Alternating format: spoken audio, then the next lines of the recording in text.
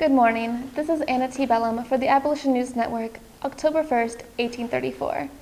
Occasionally, looking over the history of the rise of slave power in the United States, we find stories of abuse of power, the trampling on the Declaration of Independence, and a hero or heroine fighting for the cause to save humanity from being dragged back to the Dark Ages.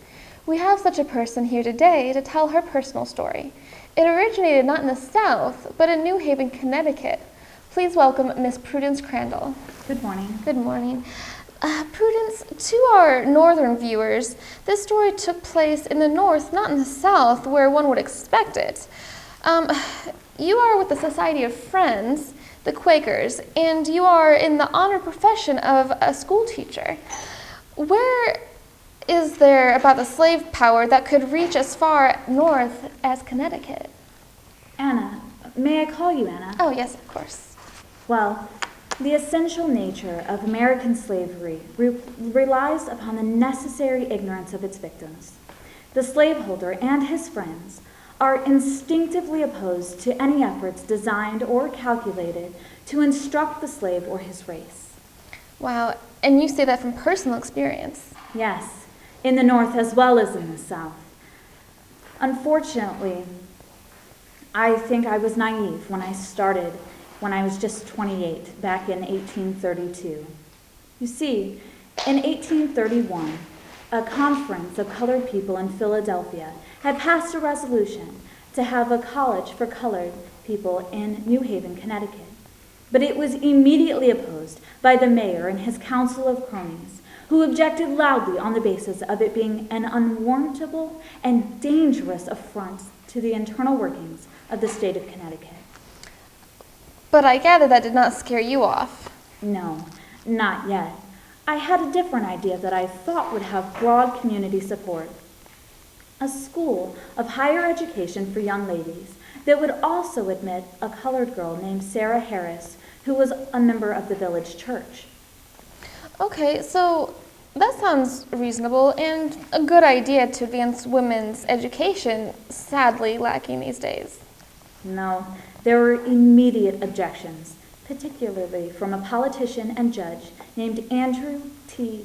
Judson, who was horrified by the thought of having a school for Negro girls so close to his mansion. Now that's just being mean-spirited. Could he actually do anything legally, though? Yes, he went to the legislature and had a law passed so that no person could open a school of any kind for the purposes of literary education of colored people who were not inhabitants of the state. Colored persons are not considered citizens. That is awful, but you did fight it. Yes, abolitionist Arnold Buffum and Reverend Samuel B. May tried to intercede on my behalf at a meeting, but were prevented from speaking by Judge Judson. I was arrested on June 27th and thrown into a jail cell formerly occupied by a murderer for the crime of instructing children of color. It was decided that I would be prosecuted and jailed without bail until my trial in August of 1833. I think you should have done something worse. Some abolitionists are just too mild. You should have contacted somebody from the local vigilance committee, broken in and torched the meeting and the building, and then take off on a stagecoach to Canada. This is getting worse. Yes, it did get worse, and I shouldn't need to go to Canada. On August 23rd, Judge Judson gave me a speedy trial. He prosecuted me because colored people were not considered citizens. The jury was split. 7 voted for conviction, 5 for acquittal, which is not enough for a conviction. So that sounds good. Then you were free. No, the prosecutor appealed to the Supreme Court of Connecticut, whose Chief Justice was not sympathetic to colored people. The jury agreed with him that free blacks were not citizens and that I had violated their laws. I appealed to the United States Supreme Court, but they refused to hear the case, and it was quashed. So then what? I mean, did you have to give up? I had no chance for voluntary action. My home was accosted and after a failed attempt to burn it down. I told you so. You have to fight fire with fire. And then tar and feather Mr. Judson. Miss Wire, please, this is not the 17th century when we burn witches. So, was that the final disgrace?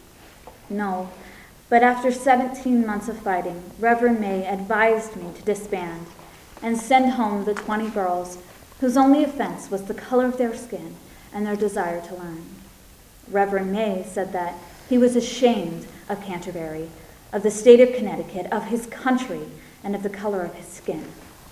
Miss Crandall, that seems to be the coup de grace we have to ask ourselves and our viewers. How could these things happen in one community, in our country, and tolerate such barbarism? This all reveals the sad truth that the virus of slavery was coursing through America and weakening the power of reason. This is Anna T. Bellum for A&M saying good morning.